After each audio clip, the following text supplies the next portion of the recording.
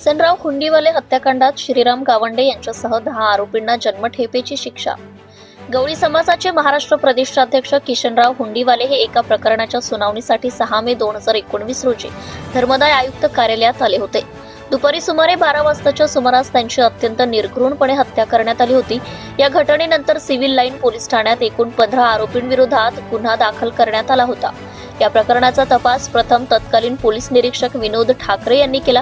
त्यानंतर बाळापूर येथील सोहेल शेख, शहर उपविभागीय पोलीस अधिकारी उमेश माने पाटील तसेच पोलीस निरीक्षक रायटर उमेश पाटील यांनी पुढील तपास करत 1000हून अधिक कागदपत्रांची आरोपपत्रांची चार्जशीट न्यायालयात दाखल केली होती. सुनावणी दरम्यान काही आरोपींच्या सहभागाबाबत कोणतेही ठोस व विश्वासार्ह पुरावे उपलब्ध नसल्याचं न्यायालयाच्या निदर्शनास आले.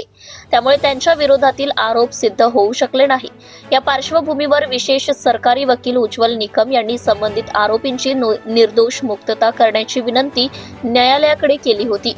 आज झालेल्या अंतिम सुनावणीत या बहुचर्चित हत्याकांड प्रकरणात श्रीराम गावंडे, रणजित गावंडे, विक्रम गावंडे, सूरज गावंडे, धीरज गावंडे, विशाल तायडे, सतीश तायडे, प्रतीक तोंडे, मयूर अहिर आणि दिनेश राजपूत यांना न्यायालयाने जन्मठेपेची शिक्षा सुनावली आहे.